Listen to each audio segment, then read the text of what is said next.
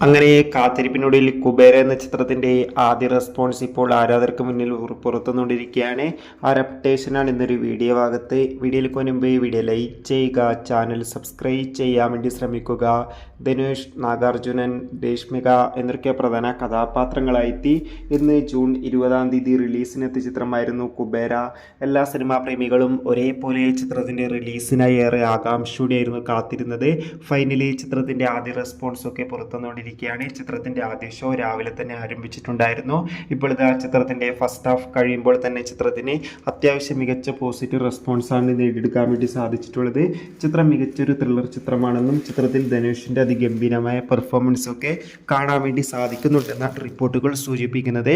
കാത്തിരിക്കാം കുബേര എന്ന ചിത്രത്തിന്റെ കൂടുതൽ അപ്ഡേഷൻ അറിയാൻ വേണ്ടി. ചിത്രം കാണുന്നവരുടെ അഭിപ്രായം കമന്റ് ചെയ്യുക.